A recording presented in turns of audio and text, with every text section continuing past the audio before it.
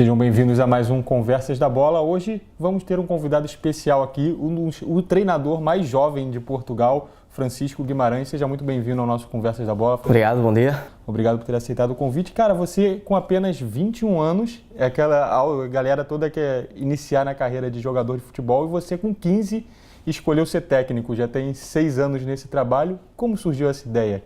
É verdade, é verdade. Eu se calhar começo um bocadinho mais cedo, né? Como é que começa esta paixão pelo futebol? Eu não ligava muito, tinha jeito para desporto, mas não era assim ferrenho e não tinha assim esta paixão pelo jogo. E no Euro 2004 estava a ver jogos com família, mas nem ligava muito, nem vi o jogo Portugal-Grécia da primeira jornada.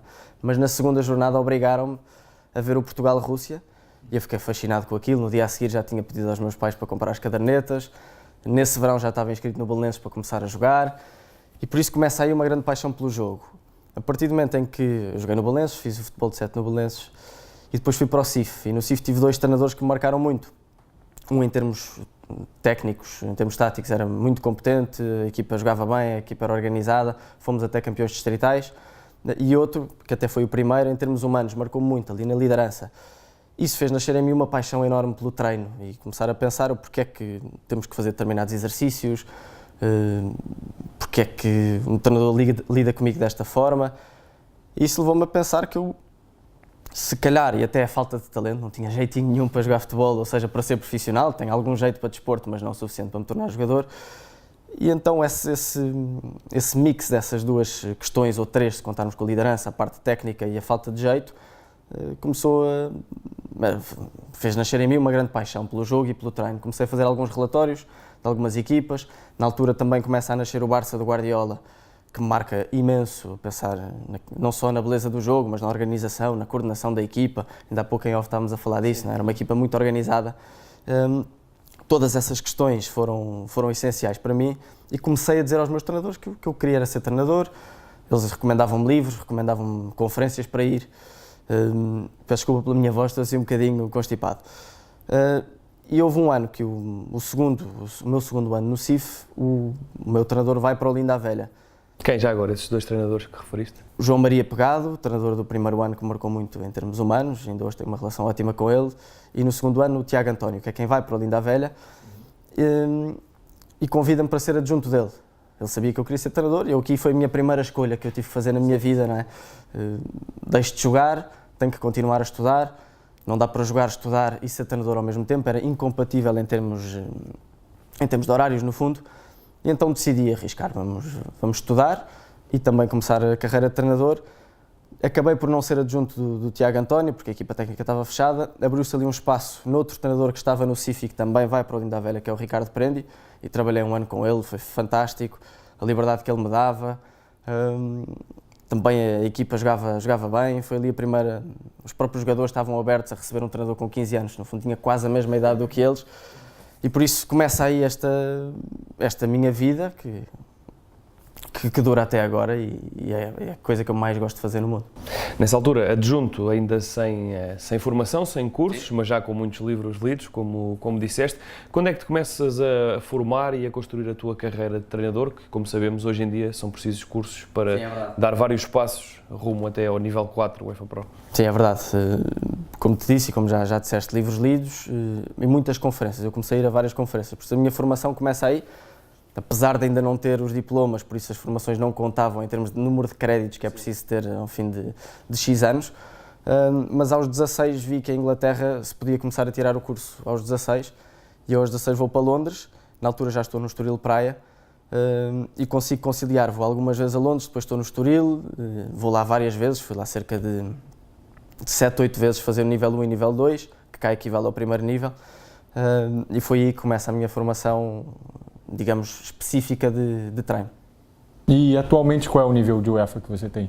Neste momento tenho nível 1, sim. Também não tenho idade para mais, não é? E trabalhar para o 2, já? Sim, para o ano é um dos meus grandes objetivos, é começar a tirar o nível 2, obviamente que sim. Sem fugir da tua carreira, porque temos aqui várias perguntas ainda para continuar, é um desafio enorme para os treinadores em Portugal tirarem esse nível 3 e esse nível 4. Vemos na Primeira Liga, Campeonato de Portugal, com equipas a perderem pontos por causa dos níveis, mas depois o que é certo é que muitos treinadores, que também já falámos aqui, nomeadamente o Luís Freire, diz: eu quero tirar o 3, eu quero tirar o 4, mas não há cursos. Isto é difícil para vocês? Sim, é um problema grande.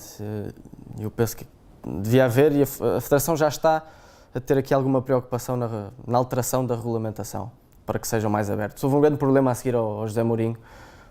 No boom do Mourinho aparece uma quantidade enorme de treinadores. Talvez um exagero. Em Portugal há mais treinadores do que equipas. Sim, eu lembro-me na altura, olha, com 15 anos, quando o Jorge Jesus foi falar à Faculdade de Nutricidade Humana, eu não sei quantas pessoas eram, mas estavam cerca de 350. Eu sei que estávamos numa faculdade de desporto. Mas quando o Jorge Jesus pergunta quem é que daqui quer ser treinador, não houve um que não levantasse o braço. O que é que ele disse? O que é que ele disse depois dessa... Não era todos levantar o braço? Não, a falar da competitividade, não é? Isto era um aviso também para nós, e eu que estava ali miúdo com 15 anos a pensar, eu estou a competir com esta gente toda e estava ali no nicho, não é? Agora imaginem à escala do país. É um problema grande, a Federação tentou travar e por isso também os cursos estiveram fechados durante muito tempo. Há aqui alguns entraves, eu próprio estou com esse entrave porque fiz formação no estrangeiro, agora quero equivalência cá. Há duas entidades a dar o curso, que é o IPDJ e a Federação, uma reconhece, outra não reconhece. Há aqui grandes problemas nas leis que ainda não se conseguiu na totalidade. Houve o caso do Ruben Amorim também, como já falaste, que perdeu pontos por não ter o curso, por não se poder levantar. O Silas no Belenenses não se pode levantar do banco, cada vez que se levanta leva multa. Há coisas aqui que não se percebe. Eu acho que com certeza que deve ser obrigatório ter formação. Para mim não faz sentido de outra forma. Eu acho que se pode, ou seja, pode-se aqui fazer, não digo uma abertura para os jogadores profissionais, mas nem para... Obviamente que os jogadores profissionais têm que ter alguma vantagem. Por exemplo, ter equivalência ao nível 1, para mim não é um problema nenhum. Os internacionais? Mas, sim, exatamente. E, aliás, a Federação já está a fazer uma regulamentação relativamente a esse aspecto. Mas há, obviamente, também tem que haver espaço para outras pessoas. E eu não sei, se calhar obrigar os treinadores de Primeira Liga a ter o quarto nível, obrigatório. Ok, para mim faz sentido, mas então facilitem a entrada. Ok, não pode ser tão difícil uma pessoa querer tirar o curso. Ainda agora conheço o caso de várias pessoas que querem tirar o nível 4 e não o podem fazer porque não têm número de anos suficientes de Primeira Liga. Ora bem, para ele ir para a Primeira Liga convém ter o nível 4. Há aqui um grande problema que eu espero que seja resolvido. A Federação acho que está a tentar fazer, o IPDJ também. O Estado tem que intervir, obviamente que sim, mas continua a ser um grande problema e eu estou a sofrer com isso neste momento, sim. E agora voltando um pouco à sua carreira, você já falou dessas épocas no Estoril, você intercalando com essas idas à Inglaterra, mas a saída do Linda Velha você passou 3 épocas no Estoril. Como foi essa experiência? Foi fantástica, foram mais de 3 épocas, eu acho que foram quase 4. Foi incrível, eu no ano em que estava no Linda Velha, a equipa treinada por Marco Silva estava a fazer uma época fantástica. Tinha acabado de subir divisão e estava a lutar pela Liga Europa, no fundo, até acabou por ir para a Liga Europa. É impressionante. A equipa estava a jogar bem e eu, lá está, a minha curiosidade fez-me querer saber um bocadinho mais, tentei arranjar uma forma de perceber como é que a equipa trabalhava, como é que era a relação dos jogadores com a equipa técnica, como é que era o treino, e então arranjei uma forma de ir ver os treinos da equipa de Marco Silva e ia lá regularmente durante, digamos, desde fevereiro até a época acabar. Bem, o Marco Silva achou-me alguma graça, eu também levei alguns relatórios para fazer, levei trabalho feito, relatórios sobre a equipa do Estoril, tive bastante contacto também com o Mário Branco, diretor desportivo, as pessoas também que me deixaram ir ver os treinos do Estoril ou que permitiram que eu tivesse ali algum contacto, que fizeram a ponte para o Estoril Praia, para a direção, foram importantíssimos. Acharam alguma graça ver ali um miúdo de 16 anos, já tinha 16 anos nessa altura, naquelas andanças, não é? À procura de ser treinador, já ter algum contacto com o futebol profissional. Confesso, isso foi fundamental para mim, o terem-me levado a sério. Obviamente que eu levava trabalho, mas era um miúdo, era e sou ainda um miúdo. Mas isso foi fundamental, o terem-me levado a sério para que as coisas acontecessem. E no fim do ano convidaram para ser treinador adjunto da equipa sub-19, dos Júniores, que competiam no Campeonato Nacional. Isto a convite do Marco Silva e do Mário Branco, e que foi fantástico. E no fundo foi aproveitar, enquanto eu estava no Estoril, a equipa do Marco continuava a jogar de forma fantástica e eu conseguia estar muitas vezes nos treinos dele e era muito boa essa relação entre clube, entre SAD, que permitia que isso acontecesse. Porquê é que se dá essa tua saída depois para o 1º de dezembro? Olha, ao fim de 3 anos e tal no Estoril, como estávamos a dizer, como adjunto dos Júniores, essa era a função principal, mas também senti necessidade E o Pedro Alegria, que é coordenador da equipa do Estoril, foi fundamental porque me ofereceu uma equipa de futebol de 7 para treinar lá no Estoril. E além disso era treinador adjunto do Sub-23. Mas o Estoril, que é um clube fantástico, já estava ali numa fase em que não me sentia a desenvolver mais. Eram muitos anos e eu senti também a necessidade de aprender um bocadinho mais, de experimentar outro contexto, começar a liderar um processo num contexto um bocadinho superior além do futebol de 7. E é na altura que o Hugo Martins, que era meu treinador principal no fundo no Estoril, vai para o 1º de dezembro treinar a equipa sénior, isto a meio da época, e passado um mês abre a vaga na equipa de júniores do 1º de dezembro como treinador principal. Eu então sou contratado para o 1º de dezembro e continuo, no fundo, dou continuidade ao trabalho que estava a ter no Estoril com o Hugo Martins e sou também adjunto da equipa sénior. Mas essencialmente foi um sentido de aprender mais, de ter contacto com outro contexto. O Estoril tem coisas fantásticas e é um clube incrível, está a evoluir imenso, graças a Deus, mas protege-nos ali de uma realidade que é do futebol, que é dura, que é competitiva, que se não há resultados somos despedidos, e eu quis isso para a minha vida, quis sair um bocadinho dessa zona de conforto, e era a única forma de aprender também um bocadinho mais e de me desenvolver, era assumir um projeto mais difícil de júniores e treinar no Campeonato de Portugal na equipa sénior. E como foi essa experiência no sénior? Você, a maioria dos jogadores mais velhos que você passando informações e como era essa ligação, esse dia a dia? Sim, no fundo foi outra vez treinar jogadores mais velhos do que eu. Já tinha feito no Estoril, eu tinha 16, eles tinham 17, 18. E isso foi muito bom, não só no Estoril, mas depois no 1º de dezembro outra vez. Treinar uma equipa séria, no fundo, como fizeram a mim, obrigar os jogadores a levarem-nos um bocadinho a sério. Passa muito pela relação humana, penso eu. E tenho comprovado isto ao longo da minha vida, que passa muito pela relação humana, a forma como nos respeitam, a forma como nós, treinadores, olhamos para eles, no sentido de ter uma verdadeira preocupação pelo ser humano que está por trás do jogador, ou para mim, no meu caso, está à frente. É muito mais prioritário que isso aconteça. Um jogador que está bem rende muito mais depois em termos técnicos, em termos táticos. E essa relação foi fundamental, novamente no 1º de dezembro, para poder ter ali uma liderança. Se bem que era adjunto, estava ali protegido, mas mesmo assim era um dos braços direitos do Hugo Martins, por isso tinha bastante influência no treino, na relação com os jogadores.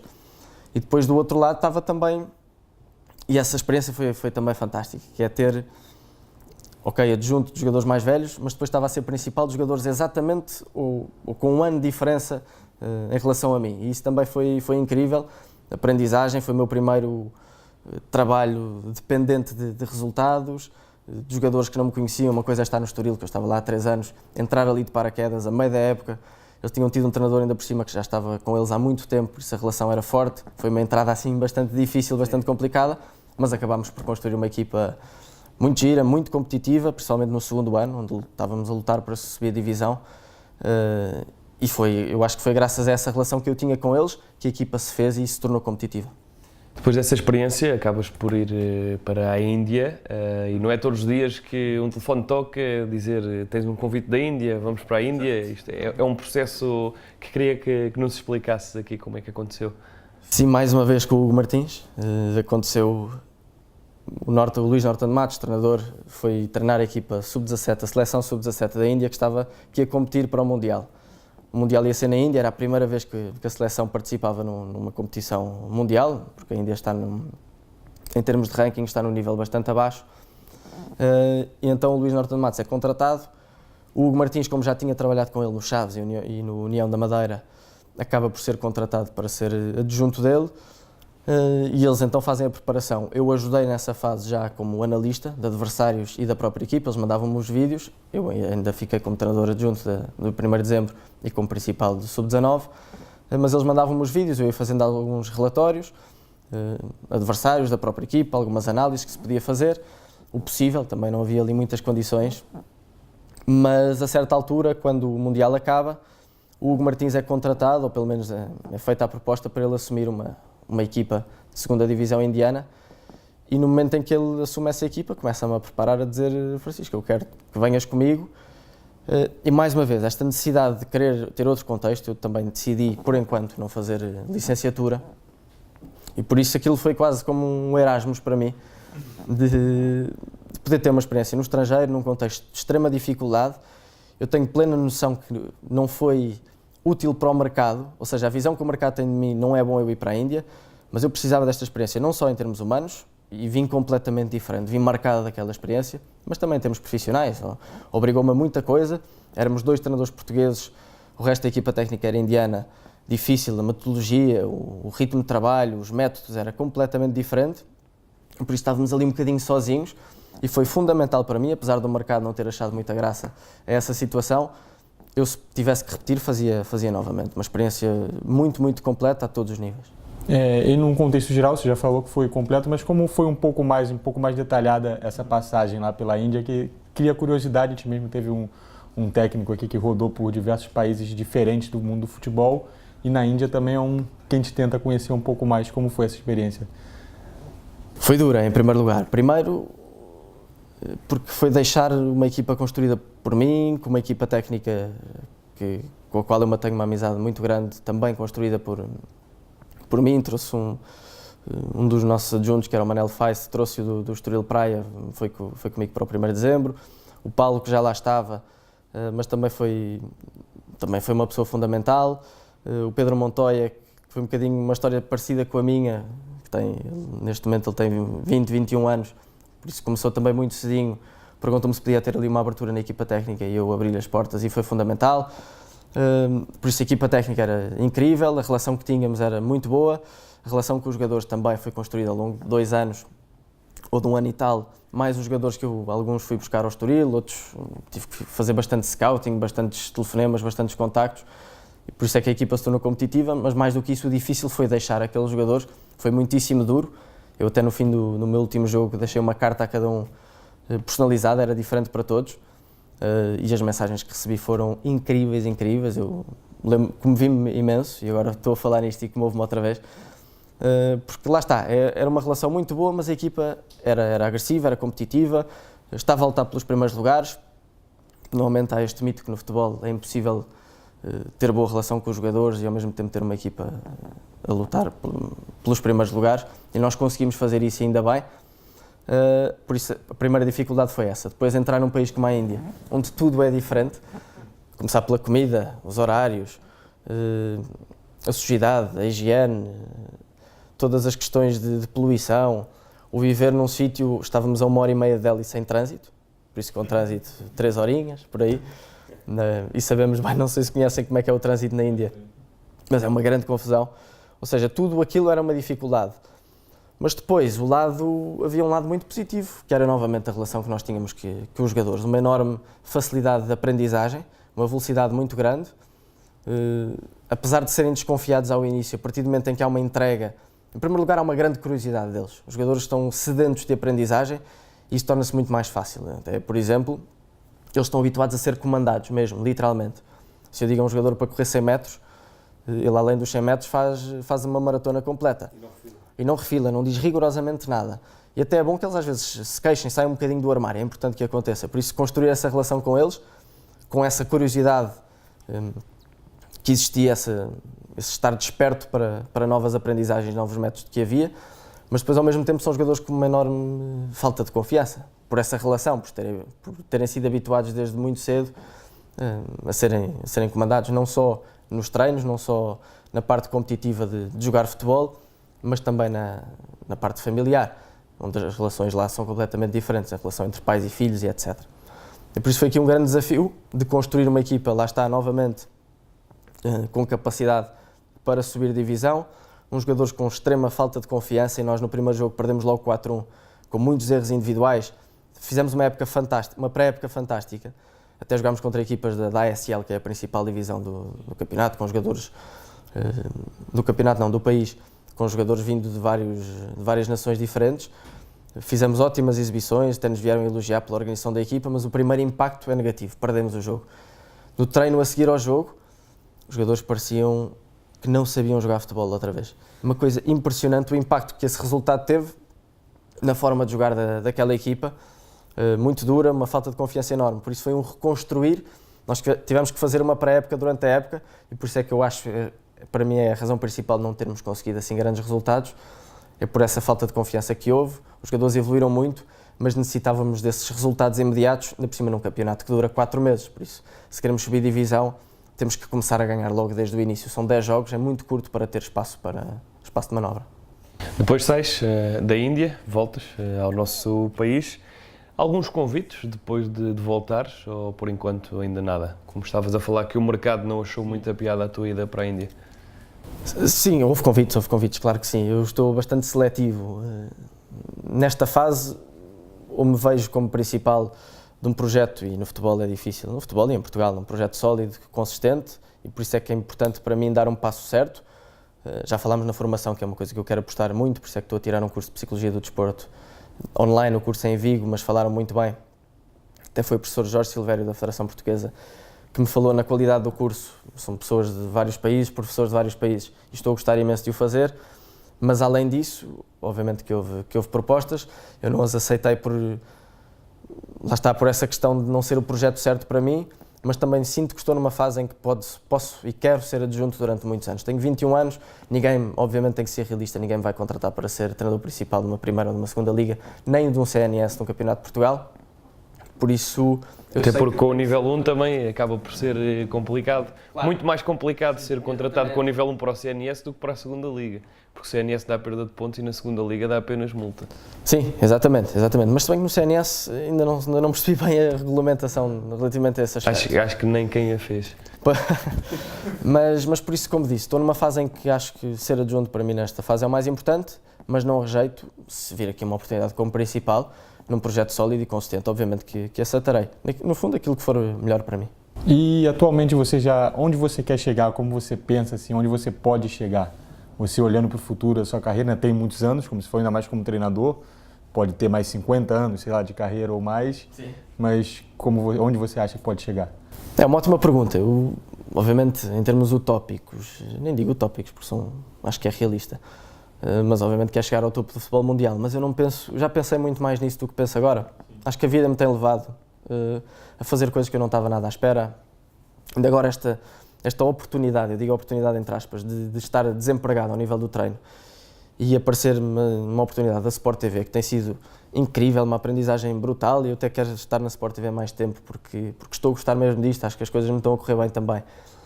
Tem-me dado muita bagagem em vários aspectos.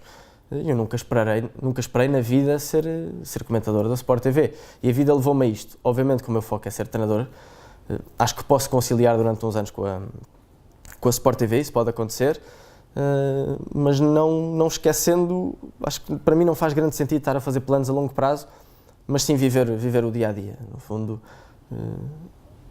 acho que é isso que devemos fazer, porque a longo prazo as coisas alteram-se tanto, e se nós estamos a focar numa coisa que não está necessariamente no nosso controle, acho que as coisas tornam-se muito mais difíceis. Como vai ser o futebol também daqui a 10 anos, não tem como...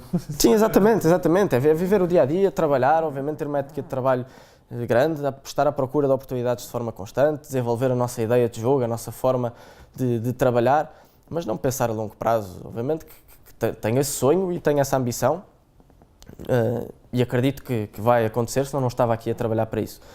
Mas se a vida levar para outro sítio, eu estou preparadíssimo para que isso aconteça, não tenho problema nenhum. E olhando para o jogo, quem é que são as tuas referências? A Guardiola, não é? Como falaste, uma delas, muito possível. Sim. Guardiola, sem dúvida nenhuma. José Mourinho foi, assim, talvez o primeiro treinador com um grande impacto em mim, não só pela influência que ele teve no treino em Portugal e na forma de pensar, na liderança, na forma de lidar com os mídias. José Mourinho foi um treinador importantíssimo, até relembro na escola havia um concurso de grandes personalidades em que tínhamos que levar no fundo tínhamos que fazer uma campanha eleitoral para chegar a uma votação final, e os 5 mais votados faziam um debate sobre quem era a maior personalidade, e obviamente que escolhi o José Mourinho contra a Madre Teresa de Calcutá e etc. Mas lá está, por esse impacto que ele teve em mim, e até consegui depois ter acesso a ele, foi incrível, mas Mourinho, Guardiola, o Ricardo Sá Pinto foi dos primeiros treinadores que me abriu a porta, o João Tralhão, que esteve agora com o Thierry Henry no Mónaco, também foi dos primeiros treinadores, e graças a Deus mantenho muito contacto e uma grande relação com ele, por ter sido também num dia na Faculdade de Motricidade Humana, fui falar com ele, já lhe tinha mandado uma mensagem do Facebook, depois eu sou muito assim, sou um bocado chato, e graças a Deus as respostas positivas têm feito uma grande diferença em mim, não só do João Tralhão, do José Mourinho, o próprio Luís Norton de Matos, que uma vez me foi buscar a casa, ele não me conhecia de lado nenhum, mas eu mandei-lhe uma mensagem no Facebook, ele foi-me buscar a casa e falámos um bocado. Lá está, devido a esta procura de querer saber mais, perceber como é que se trabalha no topo, mas depois há outras pessoas que não conheço e que são grandes referências, como o Guardiola, o Arrigo Sacchi mais antigamente, o Rinus Michels, apesar de não serem do meu tempo, já pesquisei muito e já vi muito sobre o impacto que tiveram na forma de se jogar atualmente. Depois, atualmente, também Klopp, Sarri, e no fundo eu acho que se pode aprender com todos. Há treinadores, obviamente, com quem eu me identifico mais. Entre Guardiola e Sarri, neste momento, são talvez os dois com os quais eu mais me identifico. Mas é importante estar aberto a qualquer tipo de aprendizagem, porque acho que podemos mesmo aprender com todos. E olhando para o estilo de jogo, você já falou de diversos treinadores, cada um com um estilo de jogo diferente, qual seria o seu? Pegar uma equipe hoje e vai implementar o seu estilo de jogo, você é o treinador principal? É uma ótima pergunta, porque ainda há aquela ideia e aquela questão se é o treinador que se tem que adaptar aos jogadores ou se é o contrário. Eu acho que tem que se fazer, obviamente, das duas formas. O treinador tem que ter uma ideia muito bem definida sobre o que é que quer, o que é que pretende, qual é a sua forma de jogar, qual é a sua forma de pensar o jogo. Isto é fundamental, até para que o jogo tenha espetacularidade e algum prazer. E o Klopp tem falado muito nisso, ainda agora dá uma entrevista a seguir a esta derrota pesada com o Barcelona e que responde que o jogo foi divertidíssimo. E estamos a falar do topo do futebol mundial, ainda bem que este tipo de coisas acontecem, tirar algum prazer do jogo, o jogo vive essencialmente do espetáculo e por isso é que o Barcelona do Guardiola marcou muito pela beleza do jogo, não só pelos resultados, mas principalmente pela beleza do jogo, por aquilo que aquele jogo produzia em mim. Isso para mim é fundamental, por isso obviamente quero uma equipa dominadora, pressionante, que goste de ter a bola, mas obviamente que saiba adaptar a cada circunstância. Eu acho que o Bruno Lage, por exemplo, tem sido uma grande lição cá em Portugal, porque é uma equipa que se vê claramente que tem uma forma de jogar, que tem um modelo de jogo, o Ajax também, mas que vivem essencialmente não de jogadas padronizadas, não de uma forma de jogar fundamentalista, mas de princípios. Os jogadores conseguem responder em cada momento, dentro da forma de jogar, mas a cada circunstância que o jogo pede. E isso é fundamental, essa adaptabilidade, esse mudar de estratégia a meio do jogo, muitas vezes mudar de sistema, é importantíssimo. Claro, sempre dentro da nossa forma de jogar, mas acho que não podemos ser fechados. Mesmo que uma equipa minha tenha que bater uma bola na frente, e obviamente que acontece, eu já fui mais fundamentalista em relação a isto, mas se tiver que bater uma bola na frente de forma direta, que seja com intenção, que a equipa esteja preparada para tal e que seja uma boa tomada de decisão, no fundo aquilo que o jogo pede. Isso para mim é fundamental e só com bom treino, só com uma boa capacidade de passar a mensagem e só com jogadores que consigam interpretar isso, eu acho que os jogadores têm a capacidade para se adaptar a qualquer treinador, não tenho dúvidas em relação a isto. Tenho aqui mais uma pergunta, não sei se tens mais alguma. Eu gostava de te perguntar, uma vez que também estás como comentador e acompanhas, claro, tudo o que se passa no futebol europeu e mundial. Agora, a velha questão que vai perdurar para sempre, Lionel Messi, Cristiano Ronaldo, o que é que te parece, não é? Dois monstros do futebol, sem dúvida, empatados em bolas de ouro, mas difícil. Difícil, muito difícil. Estamos a falar... Eu dou graças a Deus de estar presente para ver isto. Há pouco estava a dizer não estive no Rinus Michels, mas graças a Deus estou aqui para presenciar isto. Não só, em primeiro lugar, avaliar a questão mental, não é? São jogadores que se mantêm no topo há muitos, muitos anos, sempre em rendimento constante. E isso é incrível, acho que temos que aprender imenso com os dois. E depois, duas formas completamente diferentes de olhar para o jogo, não é? De um lado temos Cristiano Ronaldo, um jogador que sempre foi muito talentoso, mas que cresceu pelo trabalho e pela sua dedicação, pela ética de trabalho. Nós temos muito, nós portugueses temos imenso com o que aprender com o Cristiano Ronaldo, por essa forma de trabalhar, a forma que ele tem de lidar com a adversidade, a capacidade de liderança de ser sempre ele nas equipas a dar o primeiro passo para a reviravolta. Vimos isso no Atlético de Madrid, quando é ele que dá o primeiro passo após a equipa ter perdido. É ele que responde aos jornalistas a dizer que a equipa vai ter uma reviravolta. E no fundo em campo também foi ele o primeiro a responder. É um jogador que se transformou imenso. Não é? No fundo víamos um Cristiano Ronaldo no Manchester United e no Sporting com capacidade para ir num contra um, muito veloz, muito ágil, mudanças de direção constantes. E vemos um Cristiano Ronaldo que por opção própria se transformou. Tornou-se mais uma máquina, um jogador que vive para os recordes, que vive para os golos, que vive para a influência direta no resultado e com muito mérito. Se me perguntarem se é aquilo que eu mais me identifico, não é, mas dou imenso valor àquilo, porque é um jogador que se construiu, é o típico self-made man, com todas as ajudas, obviamente que sim, mas que vive para recordes e consegue, e tenho a certeza que vai ser o jogador com mais recordes a nível de golos de sempre. E depois em termos físicos, é um atleta incrível, esta dedicação que ele tem ao trabalho, falo também, não ter quase, por exemplo, uma percentagem de gordura no corpo, que é fantástico. Em relação ao Messi, O Guardiola tem uma frase que eu acho notável, que é o jogador mais completo é aquele que entende melhor o jogo. O mais completo para mim não é questão técnica. Obviamente que o Messi tem um pé direito muito mais fraco que o pé esquerdo. Apesar de já ter feito grandes golos com o pé direito, não cabeceia tão bem ou não tem tanta impulsão, também tem a ver com a sua estatura. Mas tem uma capacidade enorme e é isso que mais me impressiona nele, de tomar boas decisões. A influência que ele tem no jogo das suas equipas, seja no Barcelona ou mesmo na Argentina, é incrível, não só nos golos, não só nas assistências, essa influência direta no resultado que está mais à vista, a olhos nus, mas a influência pela capacidade que tem de tomar boas decisões. Onde estar, quando passar, como passar. O Messi consegue aliar técnica, tática e uma coisa que não se tem falado muito, e por acaso o João Tralhão fala muito nessa questão, que é o timing, não é? Como fazer é importantíssimo, ter técnica para o fazer também é fundamental, mas o perceber quando o fazer, escolher o momento certo, e o futebol vive disso mesmo, do espaço e do tempo. Então o Messi para mim é o jogador mais impressionante a esse nível, pela capacidade que tem de tomar boas decisões, mas são, como disse, são dois jogadores incríveis, e há outros, Busquets, Xavi, Iniesta, para mim estão quase àquele nível. E só para fechar, a gente já está aqui chegando ao final da Champions e dos campeonatos europeus. Qual foi a melhor equipe dessa temporada para você?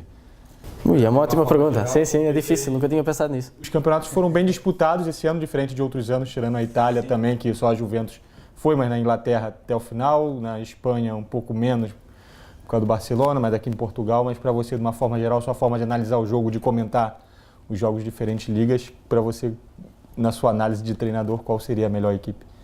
A equipa que mais me impressionou este ano, talvez tenha sido o Ajax.